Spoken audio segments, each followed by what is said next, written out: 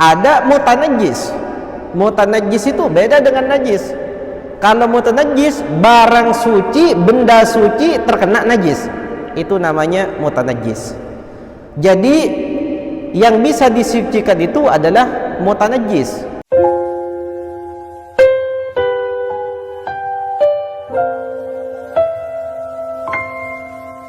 Cuma di sini ada najis yang dimana pembahasannya itu beda,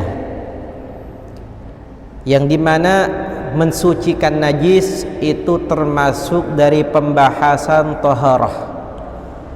Taharah tersebut artinya menghilangkan hadas atau menghilangkan najis dengan air, itu artinya taharah, bersuci. Dan menghilangkan najis itu juga masuk dalam kategori bersuci atau taharah. Dan mensucikan najis itu pada umumnya harus dengan air dalam mazhab Syafi'i. Dalam mazhab Syafi'i, cara mensucikan najis hanya alatnya satu, yaitu air.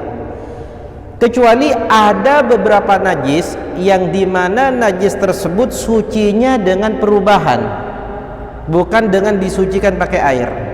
Jadi ada najis yang dimana najis tersebut tidak bisa suci kecuali dengan air, artinya sesuatu yang kena najis. Ada najisnya ini bisa berubah dengan sendirinya, bisa jadi suci dengan perubahan bisa dari nama ke nama atau dari benda ke benda yang lain, sehingga yang asal mulanya itu najis bisa jadi suci. Pada dasar hukumnya sebenarnya ya, semua najis itu tidak bisa suci dan nggak bisa disucikan. Semua najis nggak bisa suci dan nggak bisa disucikan. Yang bisa disucikan itu bukan najis, tapi mutanajjis. Ada perbedaan antara najis dan mutanajjis. Kalau najis yaitu adalah benda yang najis, seperti kotoran ayam, seperti kencing, atau seperti bangkai, itu namanya najis. Itu tidak bisa disucikan sama sekali. Ada mutanajjis. Mutanajjis itu beda dengan najis.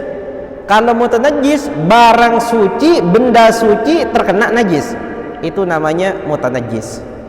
Jadi yang bisa disucikan itu adalah mutanajjis. Barang suci, benda suci terkena najis, namanya mutanajjis, itu bisa disucikan. Kalau najisnya tidak bisa suci, kotoran ayam gimana mau disucikan?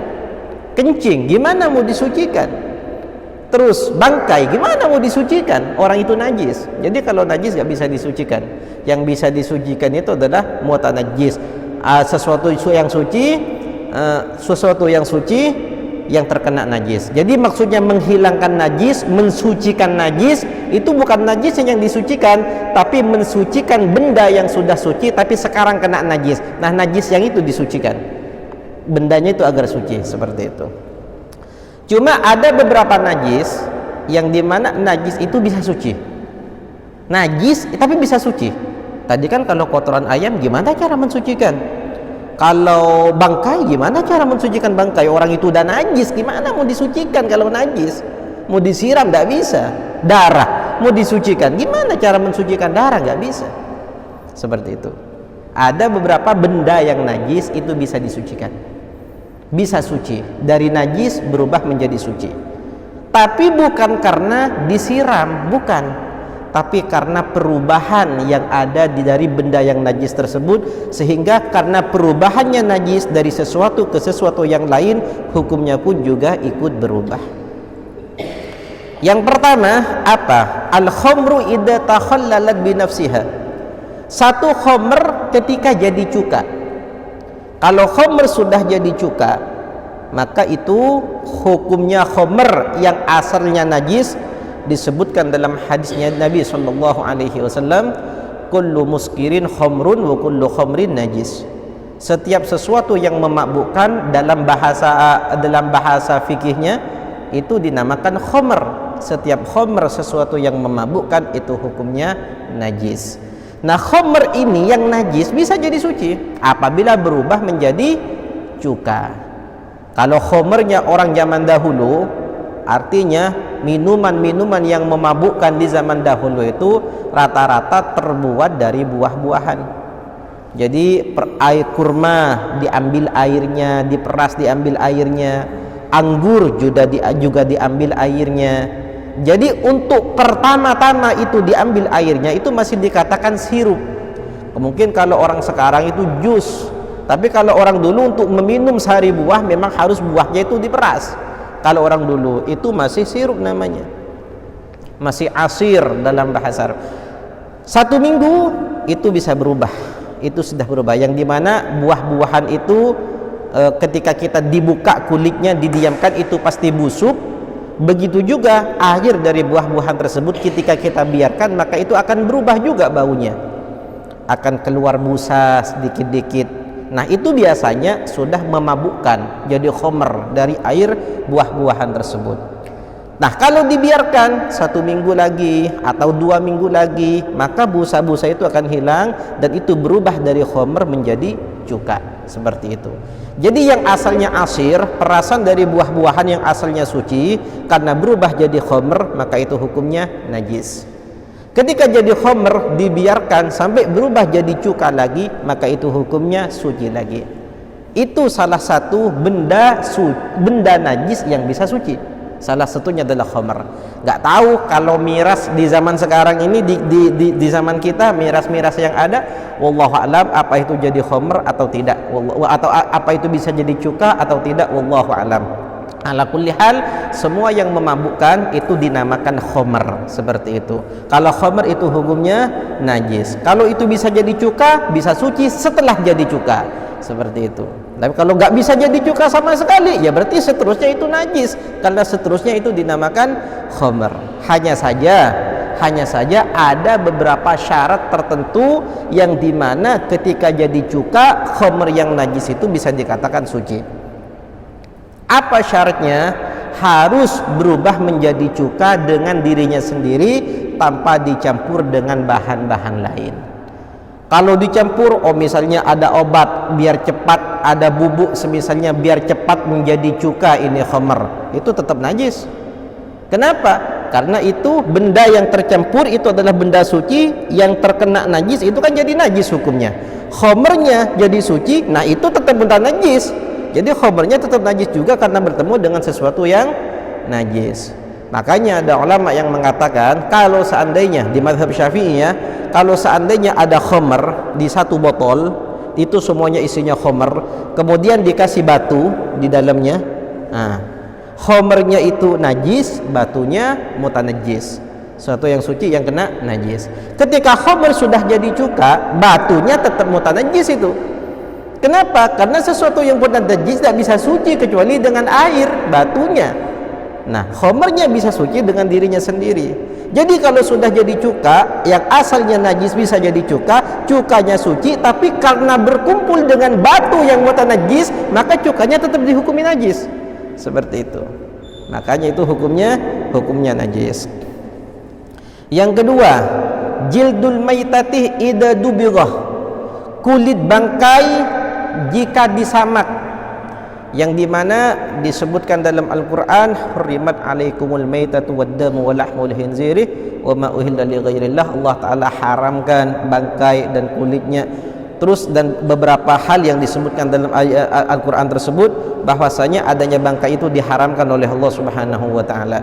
Alasan kenapa bangkai itu kok diharamkan? Karena bangkai itu hukumnya najis, sesuatu yang najis itu diharamkan. Jadi bangkai itu najis, semuanya najis. Kulitnya bangkai najis, sayapnya najis, tulangnya najis, dagingnya najis, darahnya najis, tanduknya najis, bulunya najis dari bangkai. Kecuali bangkai ikan dan bangkai manusia. Bangkai ikan laut dan bangkai manusia baru itu tetap dihukumi suci. Kalau bangkai hewan-hewan lain itu hukumnya najis. Bangkai belalang juga suci. Jadi di sekian bangkai semua yang najis itu, di semua bangkai yang najis itu, apakah tidak ada yang bisa diambil? Jawabannya ada. Apa? Kulitnya saja. Kulit daripada bangkai yang najis itu bisa kita ambil, bisa kita sucikan itu kulit. Tapi cara mensucikannya tidak seperti mensucikan najis seperti biasanya. Karena itu kulit bukan mutanajis tapi najis. Jadi makanya cara pensuciannya itu beda. Dengan cara apa? Dengan cara disamak. Cara nyamak kulit itu gimana? Cara menyamak kulit itu yaitu dengan mengambil kulitnya dan mencukur semua bulunya. Kalau tersisa sedikit itu hukumnya ma'fu. Dan semua lemak yang nempel di kulit, darah yang nempel di kulit, daging yang nempel di kulit, itu semuanya dibuang. Kemudian dicuci dengan sesuatu sebagai pengganti daripada sabunnya, sesuatu yang rasanya menyengat di lidah. Apa saja? Seperti apa ya kalau sekarang itu? Bahkan rasa yang menyengat itu boleh kita jadikan alat walaupun rasa yang menyengat itu dari najis. Disebutkan oleh ulama kadir kihamamin seperti kotoran burung merpati. Ya, wallahu alam siapa yang pernah coba tapi kata rasanya menyengat itu. Jadi boleh itu dijadikan alat nyamak. Artinya digosok itu dengan ada buah-buahan yang rasanya juga menyengat di lidah. Apa rasanya? Mun pakak napa? Apa bahasanya pakak? Sepet. Nah, rasanya seperti rasa sepet. Sepet. Ada rasanya yang sepet atau rasanya yang pedas. Intinya rasanya menyengat di lidah. Itu dijadikan alat untuk menyamak kulit bangkai tersebut. Dijadikan menyamak meskipun itu mutanajis pada ujung-ujungnya, karena itu memang najis. Jadi darah yang ada yang kita buang itu semuanya najis. Jadi misalnya berbusa itu semuanya mutanajis semua. Setelah disamak luar dalamnya barulah disucikan dengan air. Maka kulit bangkai yang najis itu hukumnya jadi suci. Bangkai itu apa sebenarnya bangkai itu? Bangkai itu disebutkan oleh ulama az-zailatul hayati bi ghairi dzakatin syar'iyyatin. Hewan yang mati tanpa disembelih dengan penyembelihan yang syariat.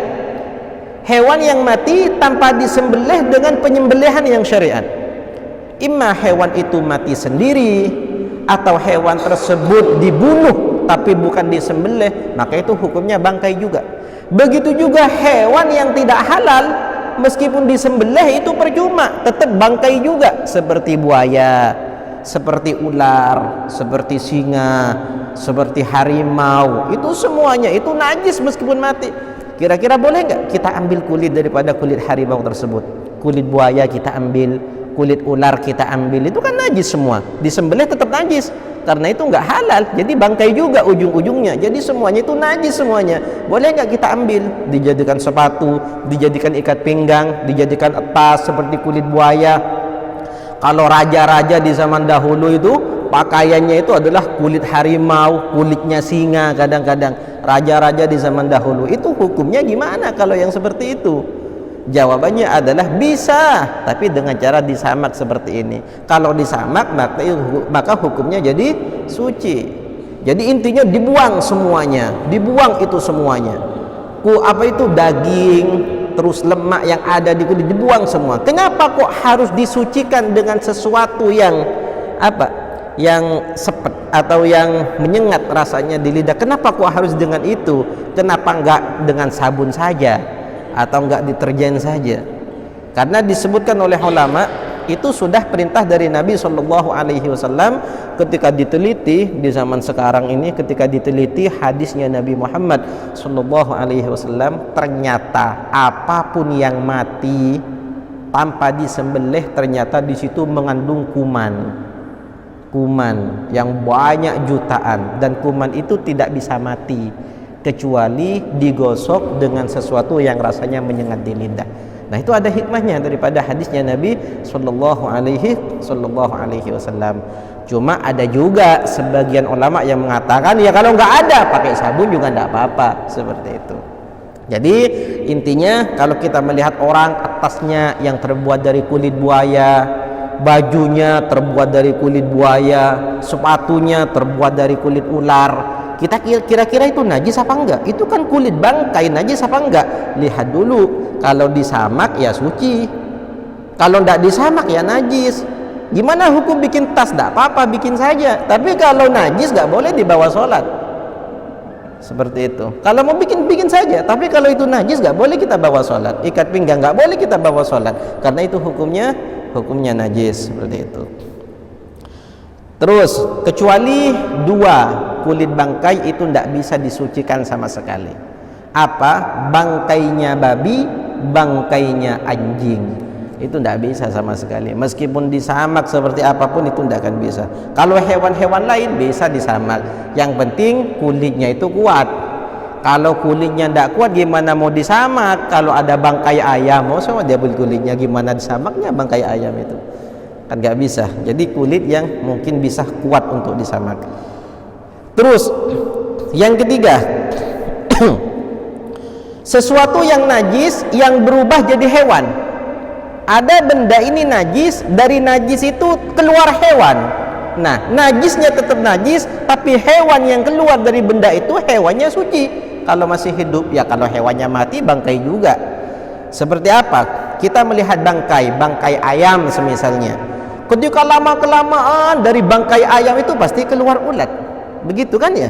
Nah, ulatnya itu suci kalau masih hidup. Kok bisa suci? Bukannya ulat itu keluar dari bangkai juga yang najis? Iya, itu karena sudah berubah jadi ulat, makanya ulatnya suci selama masih hidup. Kalau mati ya bangkai juga. Kalau ulatnya bangkai ya kecil-kecil. Ada, kalau dulu saya masih kecil itu ada ulat yang ada di kotoran sapi. Ya, ada ulat di kotoran sapi. Kalau dulu masih kecil saya ikut orang tua kadang ke sawah itu, bawa kotoran sapi ke sawah. Kalau sudah 1 bulan, 2 bulan, 3 bulan, wah dibongkar itu kotoran sapi, ada keluar ulat besar-besar kayak gini. Oh, besar-besar, putih-putih semua. Itu dari mana itu? Ya terbuat keluar dari kotoran sapi itu juga. Kotoran sapinya tetap najis, tapi ulatnya jadi suci. Meskipun itu keluar dari najis, terbuat dari najis juga. Dari najis keluar itu. Kalau tidak ada kotoran sapi nggak keluar ulat itu. Karena nggak ada ulat seperti itu kecuali di kotoran sapi, memang nggak ada. Ada besar-besar, serem itu, tapi putih warnanya. Kita pegang suci itu. Kita siram, bawa sholat, suci, sah sholatnya selama masih hidup. Tapi kalau sudah mati, yaitu bangkai juga. Jadi hukumnya najis. Selain itu ada lagi sesuatu yang najis bisa suci dengan dirinya sendiri. Seperti apa? Seperti susu. Susu itu sebenarnya terbuat dari darah, tapi Allah yang maha kuasa memproses dari darah terbuat, akhirnya terbentuk jadi susu yang jadi minuman bayi bagi orang yang melahirkan. Itu dari mana susu? Manusia ini nggak ada susunya di dalam, adanya darah. Tapi kenapa kok bisa keluar susu ketika melahirkan? Dari mana itu? Disebutkan oleh ulama bahwasanya susu tersebut terbuat dari darah, yang dimana darah itu Allah Subhanahu wa Ta'ala ciptakan menjadi susu, dan itu jadi makanan, bahan pokok untuk anak yang masih kecil. Begitu juga misik yang asli, minyak misik yang asli, meskipun wanginya itu luar biasa, tapi aslinya misik itu terbuat dari darah hewan. Kalau yang benar-benar asli, makanya ada apa, hewan apa, rusa atau apa ya, itu biasanya kalau orang ternak itu dan ingin membuat apa itu, mengambil darahnya, bukan disembelih kemudian darahnya dijadikan misik, bukan. Tapi saya dengar dari guru saya di Hadramut itu mengatakan, beliau ini bercerita bahwa misik itu terbuat dari darah. Gimana prosesnya? Jadi hewan itu, hewan apa lupa saya, rusa kalau nggak salah. Jadi ininya itu selalu gatal katanya. Jadi digaruk ke batu, ke tembok, akhirnya terluka. Memang gatal terus. Nah, dari luka itu keluar darah. Darahnya kering, jatuh. Nah, itu yang dibuat bahan misik. Itu bukan darah yang masih segar, enggak. Darah yang di sini saja itu. Ya, yang di dadanya itu. Jadi gatal terus, digaruk ke tanah, digaruk ke batu, luka kering. Jadi makanya misik itu jarang. Yang asli itu memang sulit karena pengambilannya memang sedikit-sedikit gitu. Sulit kalau kita cari yang benar-benar asli. Kalau seandainya disembelih bisa dapat kiloan itu darahnya, bukan, ini hanya sedikit saja. Seperti itu. Wallahu a'lam. Ini karena memasuki bab yang baru, kita alihkan ke pertanyaan, sisi tanya jawab. Silahkan kalau ada yang mau bertanya.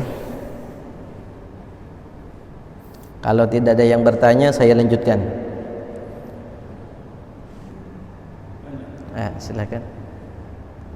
Ini tentang bangkai tadi. Ya. Sebenarnya disembelih ayam dan ini yang saya angkat dari pedagang ayam yang banyak sampai kuintal-kuintalan. Iya. Kalau hanya satu-satu kan dengan doa bismillah. Ini bagaimana caranya doa supaya jadi halal? Ayam yang potong ayam tapi banyak. Iya. Terus? Jadi sepertinya kan tidak mungkin untuk terus mengucapkan bismillah gitu. Apa ada jamaknya gitu? Nah, iya. Terima kasih. Iya. Yang pertama, penyembelihan itu sebenarnya cukup dengan kita memotong leher urat yang di sini, tenggorokan, jalur makanan, juga jalur nafas. Kenapa? Nah, sekarang gini. Kalau cara penyembelihan itu pakai mesin, ya seperti yang ada digantung itu ya. Itu hukumnya bagaimana? Halal apa tidak? Jawabannya yang seperti itu tidak halal. Kenapa? Karena dalam penyembelihan itu ada syarat-syarat yang tertentu. Syarat hewan yang disembelih harus bagaimana? Cara penyembelihannya harus bagaimana? Dan harus ada orang yang menyembelih. Syaratnya orang yang menyembelih itu harus Islam. Kalau orang kafir nggak halal dimakan orang Islam meskipun hewannya itu halal dan cara penyembelihannya itu benar. Dan begitu juga alatnya ketika disembelihkan itu harus tajam. Kalau tidak tajam seperti pakai kayu sehingga benar-benar terpotong juga tidak halal, harus benar-benar tajam. Dan harus tidak terbuat dari tulang. Kalau terbuat dari tulang itu ada syarat-syaratnya. Dan orang yang menyembelih harus Islam dan harus punya akal. Nah, mesin itu tidak punya akal. Memang dikendalikan oleh orang yang punya akal. Tapi meskipun yang mengendali, tapi bukan dia yang menyembelih. Penyembelihan itu tidak dikatakan dia yang menyembelih, tapi dikatakan mesin yang menyembelih, dia yang dinyalahkan. Berarti sama halnya itu hewan bukan disembelih, tapi tersembelih sendiri. Seperti itu. Karena bukan orang yang melakukan, mesin yang melakukan, hanya orang yang menyalahkan. Tapi itu tersembelih sendiri. Sama halnya dengan orang pegang pisau tajam gini. Tiba-tiba ada ayam yang melompat terus kena lehernya. Itu halal apa enggak? Jawabannya tidak halal. Kenapa? Itu tidak menyembelih soalnya, tidak tersembelih sendiri. Anggap saja ayam itu kena musibah sehingga ayam itu mati, seperti itu. Jadi harus disembelih memang. Ya, yang namanya itu hukum syariat. Sesulit apapun ya hukum syariat itu kalau kita jalankan pahala yang kita dapatkan, seperti itu. Kalau masalah bismillahirrahmanirrahim, sebenarnya baca bismillah itu hukumnya sunnah. Kalau seandainya ayamnya itu terlalu banyak, baca satu kali saja, awalnya itu cukup. Seperti itu. Yang lain gimana? Paling tidak yang lain tersebut tidak diharamkan. Karena yang haram itu ketika kita menyembelih, kita menyebut nama berhala, kita menyebut nama jin, kita menyebut nama sesuatu yang yang disembah oleh orang-orang kafir, itu baru nggak boleh. Kalau kita tidak menyebutkan apa-apa, yang penting syaratnya lengkap, sudah itu halal. Kalau menyebutkan bismillah itu hukumnya sunnah, seperti itu. Paham ya? Ada yang lain?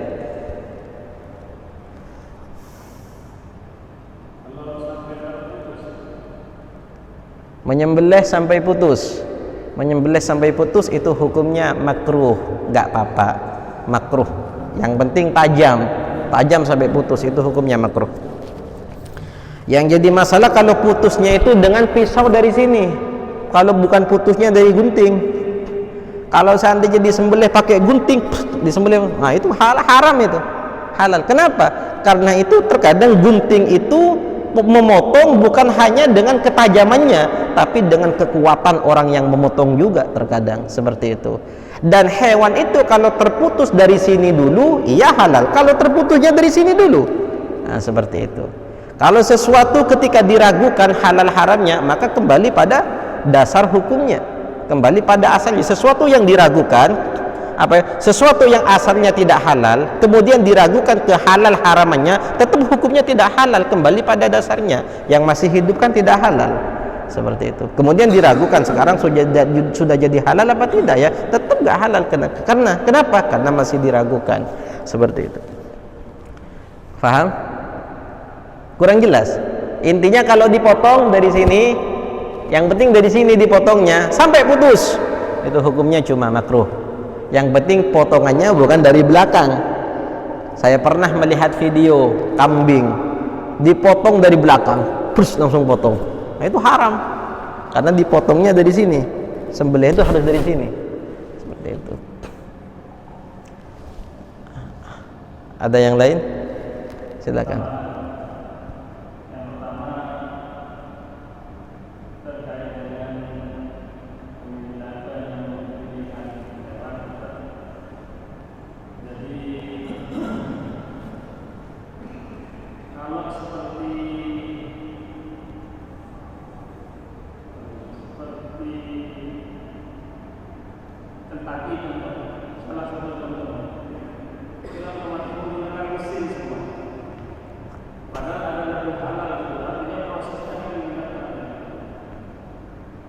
Ya, yang ditanyakan apanya? Nah, hukum kita membeli KFC bukan hanya sekedar chicken ya, bukan hanya sekedar Kentucky yang dijual, tapi ini KFC kan gitu. Ya, sekarang gini, label halal itu, label halal ya, ya seperti yang kita tahu, itu hanya label kan. Apakah benar-benar sudah diteliti apa tidak? Satu, itu yang pertama. Yang kedua, kita juga lihat itu yang jual siapa dan pekerjanya itu siapa. Kalau seandainya kita membeli sesuatu yang dimana itu adalah makanan ayam atau sapi dan kita beli dari toko atau dari dari restoran yang dimana di situ semuanya itu kafir, orang kafir, bukan non muslim. Jangankan pakai mesin, itu saja sudah menunjukkan kalau ini diragukan kehalalan dan keharamannya. Karena sembelihan orang kafir itu tidak dihalalkan bagi orang Islam. Seperti itu. Jangan hanya sekedar label halalnya. Mohon maaf, kalau dulu mungkin iya, tapi kalau sekarang apa ya?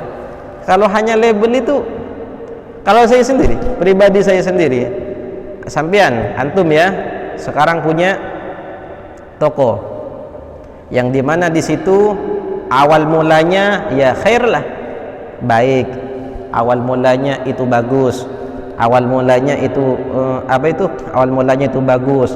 Ketika diteliti oleh MUI ternyata ini halal. Setelah dapat label kemudian ada penyelewengan, apakah hukum itu tetap masih halal apa tidak? Nah, jadi hukum itu tidak berkaitan pada label yang ada. Sebenarnya nggak berkaitan pada label yang ada, itu hanya keresmian halalnya saja. Tapi kalau kita teliti semua, bisa kita teliti semuanya.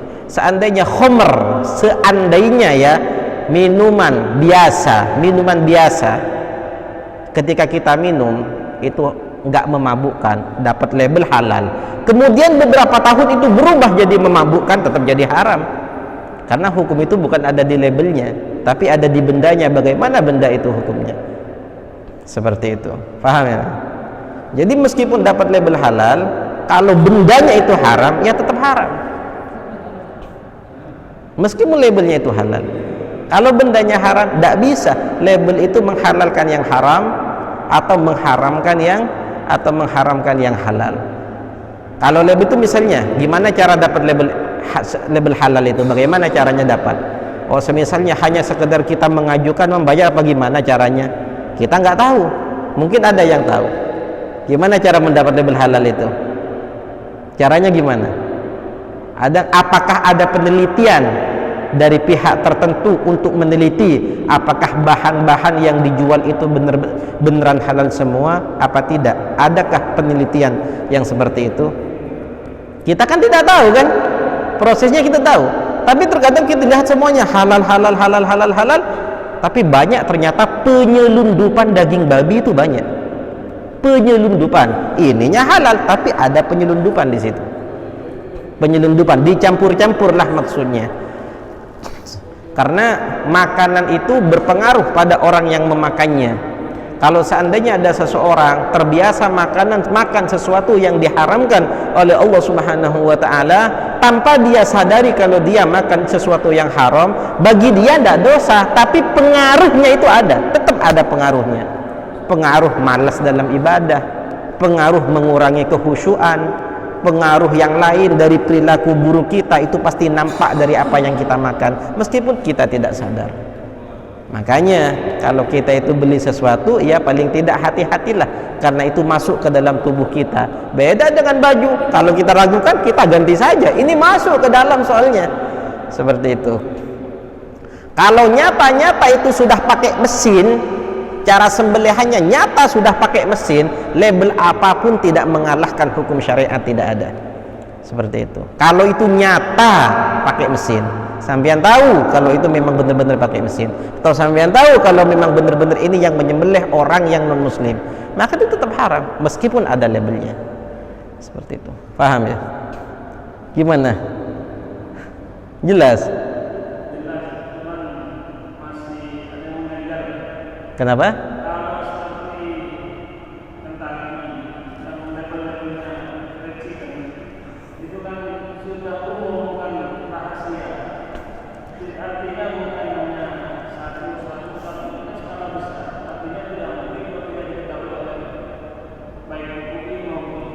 Ya, ya, paham itu saya. Tapi kalau memang sampean yakin, kalau memang sampean yakin itu dari mesin, maka itu hukumnya tetap haram. Karena itu tidak ada yang menyembelih. Siapa yang menyembelih? Anggap saja itu mati sendiri. Seperti itu. Tapi kan bisa dikiaskan. Kenapa? Dikiaskan dengan apa? Orang yang berdiri satu ada dua ada alat. Tiga ada badan muslim. Artinya orang itu tetap ada. Cuman alat itu kan beda-beda. Bisa menggunakan mesin, bisa menggunakan pisau. Artinya ketika mengoperasikan mesin itu orang yang menggunakan Islam. Tapi alatnya kan menggunakan mesin. Cuman operasinya kita tetap manusia.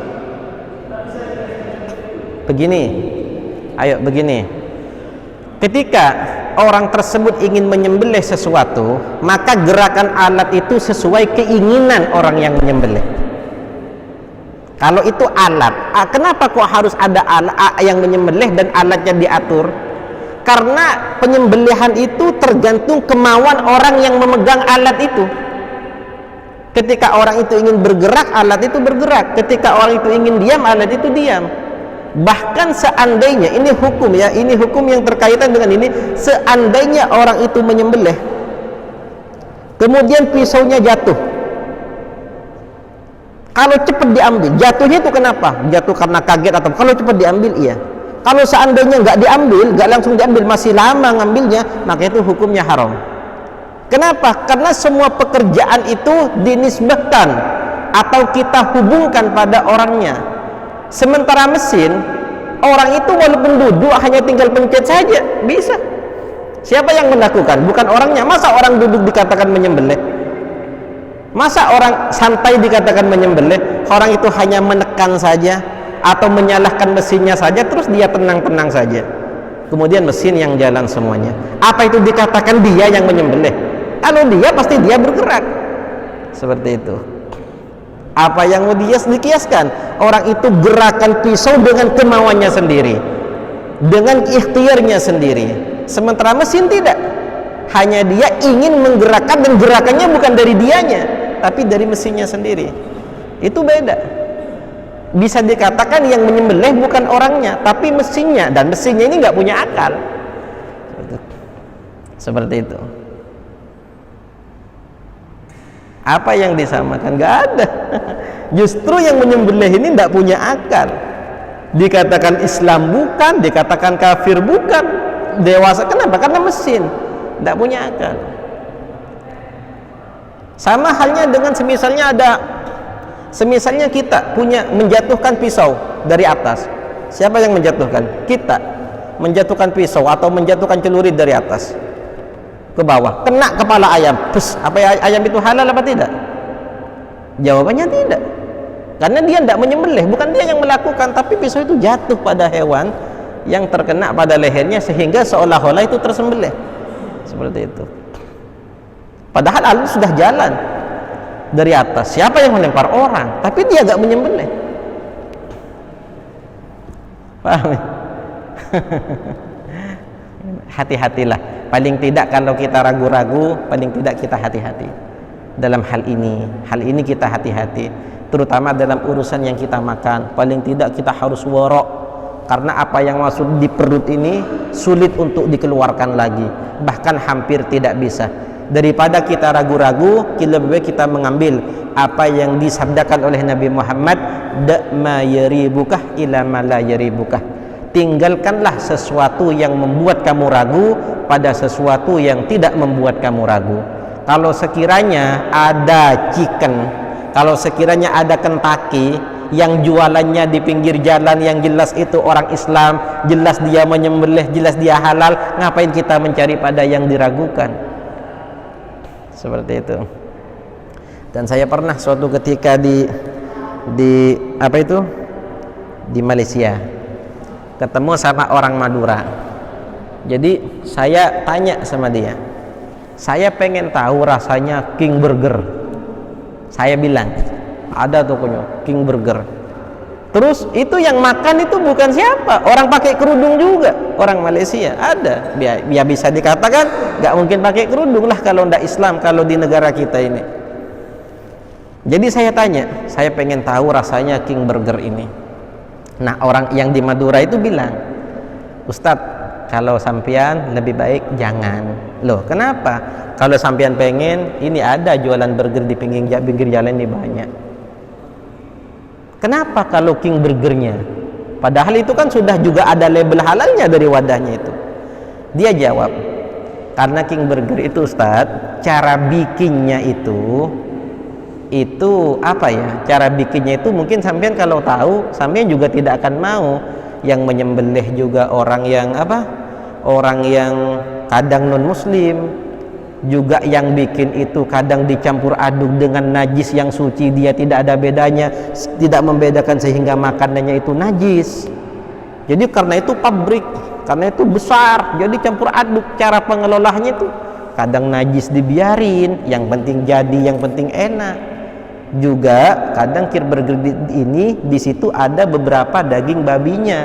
Untuk apa? Agar tambah nikmat untuk dimakan. Jadi dikasih babi. Loh, sampai ini sumbernya tahu dari mana? Karena ada teman saya yang bekerja di situ, begitu. Paham ya? Paham? Dan saya punya keponakan sepupu, itu kerja di Jakarta. Punya keponakan sepupu itu kerja di Jakarta. Dia juga kerja di restoran. Dia apa? Yang pertama dia disuruh ngangkat-ngangkat. Suruh ngangkat-ngangkat apa? Ngangkat pesanan orang, dikasih gitu.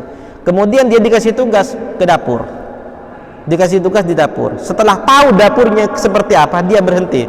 Sudah, saya nggak bisa kalau seperti ini. Itu di Jakarta. Yang kerja siapa? Bukan hanya orang non-muslim saja, orang Islam banyak di situ.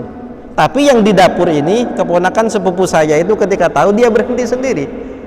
Kenapa? Ya pokoknya nggak bisa diceritakan lah, takut sampean nggak enak makan. Intinya gitu. Wallahu a'lam. Jadi makanya kita hati-hati sendiri. Kalau ada makanan yang kita yakini itu halal, kita melihat orangnya itu apa? Orang Islam baik itu, sudah kita dari situ saja, daripada di restoran besar yang dimana belum tentu dia itu tahu suci, cara mensucikan. Seperti itu. Paham ya? Ada yang lain?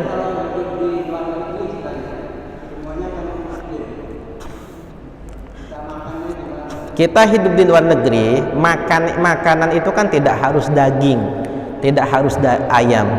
Ada makanan yang selalu halal. Apa? Ikan laut. Ikan laut itu hidupnya suci, bangkainya suci. Jadi mau digimanapun itu tetap suci kalau ikan laut seperti itu. Ikan laut itu tetap suci. Mau dimasak, yang penting cara masaknya itu. Yang penting cara, jadi dipegang, dimasak orang kafir, dimasak orang non-muslim, itu semuanya tetap suci. Karena itu memang tidak ada, bangkainya memang suci. Bangkainya ikan laut. Juga ada sayuran dan ada makanan-makanannya. Yang penting bukan hewan yang harus disembelih. Seperti itu. Paham ya? Ada yang lain? Yang mana?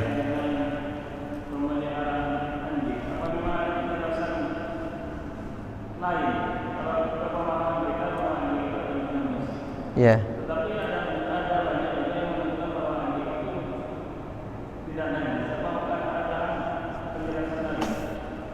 Itu penjelasan itu khilaf antara para ulama. Imam Syafi'i, madhab Syafi'i mengatakan itu najis, madhabnya Imam Malik tidak mengatakan itu najis, tapi harus disucikan, harus dibersihkan, disiram 7 kali, salah satunya pakai tanah. Itu dasar hukumnya seperti ini. Di zaman Rasulullah SAW ada anjing meminum di satu wadah. Kemudian ketika Rasulullah tahu, atau ada sahabat yang bertanya pada Rasulullah, Rasul itu menyuruh untuk membuang yang di wadah dan menyuruh Rasulullah untuk mensucikan, menyiram wadah itu 7 kali, salah satunya pakai tanah. Begitu juga Rasul tidak menjelaskan ini najis, ini tidak, tapi Rasulullah mengatakan sucikan 7 kali, salah satunya pakai tanah. Nah, ini dari hadis ini pemahaman ulama itu berbeda-beda. Seperti Imam Malik yang mengatakan anjing tidak najis, di kalimat Rasulullah tidak ada yang menunjukkan bahwa Rasulullah menajiskan itu anjing. Dalam madhabnya Imam Syafi'i, apa faidahnya Rasulullah menyuruh kita mensucikan kalau di situ tidak ada unsur hukum najis? Nah, dari situlah perbedaan pendapat dan perpecahan pendapat. Cuma kedua-duanya itu ittifaq. Ketika apapun yang disentuh anjing, maka harus disiram pakai air 7 kali, satunya campur dengan tanah. Ya, maupun yang mengatakan najis atau yang mengatakan tidak najis. Faidahnya khilaf di situ itu apa? Artinya kalau yang mengatakan najis, kalau kita menyentuh anjing kita nggak boleh sholat kalau kita sebelum kita sucikan. Yang mengatakan suci, ketika kita menyentuh anjing boleh kita sholat dulu, tapi nantinya harus dibersihkan. Seperti itu. Paham ya? Cuma begini. Kita menyimpan anjing beda dengan kita menyentuh dan menyimpan, itu adalah sesuatu hal yang beda. Bagaimana hukum kita memelihara anjing, boleh apa tidak? Sementara dalam hadisnya Nabi SAW, la tadkhulul malaikatu fihi suratun wala fihi kalbun. Allah Ta'ala, malaikat tidak akan pernah memasuki rumah malaikat rahmat yang dimana di situ ada patung, gambar atau anjing. Tidak akan pernah memasuki rumah. Makanya di zaman Rasulullah suatu ketika ada malaikat Jibril ini datang pada Rasul, tapi tidak masuk ke rumah, tidak masuk, dari luar saja. Rasulullah heran. Kemudian ketika dilihat, ketika ditanya malaikat Jibril, kenapa engkau tidak datang pada saya malaikat Jibril untuk beberapa hari ini? Karena malaikat Jibril lalu berkata pada Rasulullah, karena di rumahmu ada anjing. Ternyata memang ada anjing kecil yang masuk, tidak sengaja itu dikeluarkan. Seperti itu. Jadi tidak masuk itu malaikat. Terus bagaimana kita memelihara anjing hukumnya? Jawabannya, kalau sekiranya anjing itu bisa dibuat untuk berjaga-jaga, nah, anjing itu kan, atau anjing yang memang bermanfaat untuk melacak, atau anjing yang berguna untuk berburu. Kalau orang dulu itu berburunya kadang pakai anjing, berburu pakai anjing. Jadi itu diperbolehkan, tidak masalah. Tapi sebisa mungkin jangan taruh di dalam rumah, tapi naruhnya di luar, di tempat yang lain untuk menjaga, misalnya di pagar atau yang lain. Jangan taruh di dalam rumah. Kenapa? Karena kalau kita letakkan dalam rumah, maka rumah itu selamanya tidak akan bisa dimasuki oleh malaikat. Jadi orang dulu itu terkadang kalau menjaga tanaman pakai anjing, menjaga rumah pakai anjing. Orang Islam iya, tapi mereka tidak menyentuh pada anjing itu, hanya memelihara saja untuk menjaga, untuk berjaga-jaga. Dan anjing ini masya Allah, anjing itu sangat faham pada tuannya. Anjing itu bisa membedakan di mana tuannya dan di mana orang lain. Masya Allah, itu kelebihan yang Allah Ta'ala berikan pada itu anjing. Wallahu a'lam. Ada yang lain?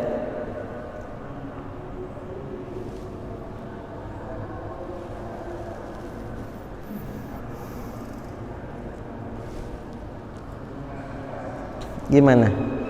Bentar lagi kalau ada pertanyaan.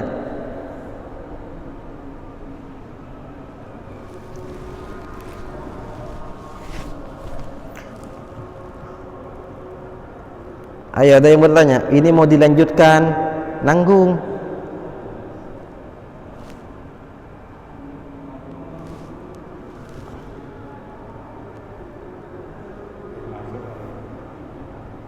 Kenapa? Ya, gimana?